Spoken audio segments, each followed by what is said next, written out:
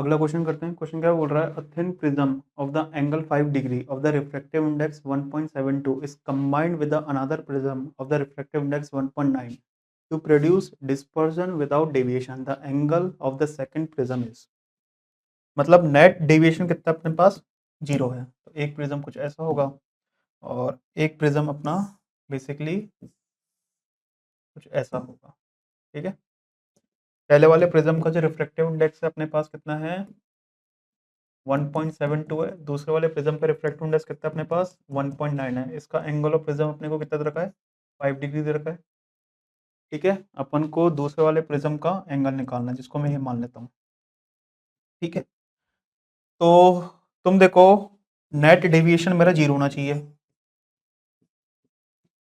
मुझे पता है कि ये जो प्रिज्म वन है, जो डेविएशन प्रोड्यूस करेगा वो क्लॉकवाइज में करेगा, जो कि कितना करेगा, बेसिकली μ1 - 1 इंटू A1। ठीक है, और ये जो प्रिज्म टू है, ये जो डेविएशन प्रोड्यूस करेगा ये एंटी क्लॉकवाइज में करेगा, कितना करेगा, μ2 - 1 इंटू A2।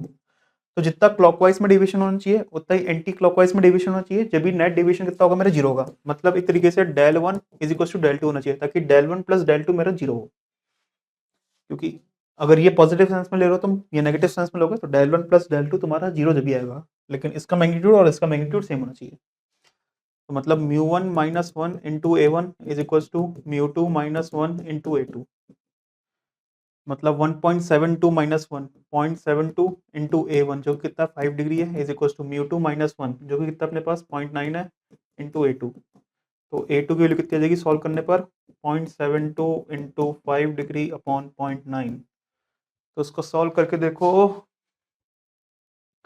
मेरे हिसाब से ये अपन के पास क्या आएगा, इसको मैं ऐसे लिख सकता हूँ 72 इंटू 5/9 इंटू 1/10। तो ये अपन के पास क्या आ गया, 8 आ गया। तो 40/10 मतलब 4 डिग्री। A2 का वैल्यू अपने पास है 4 डिग्री।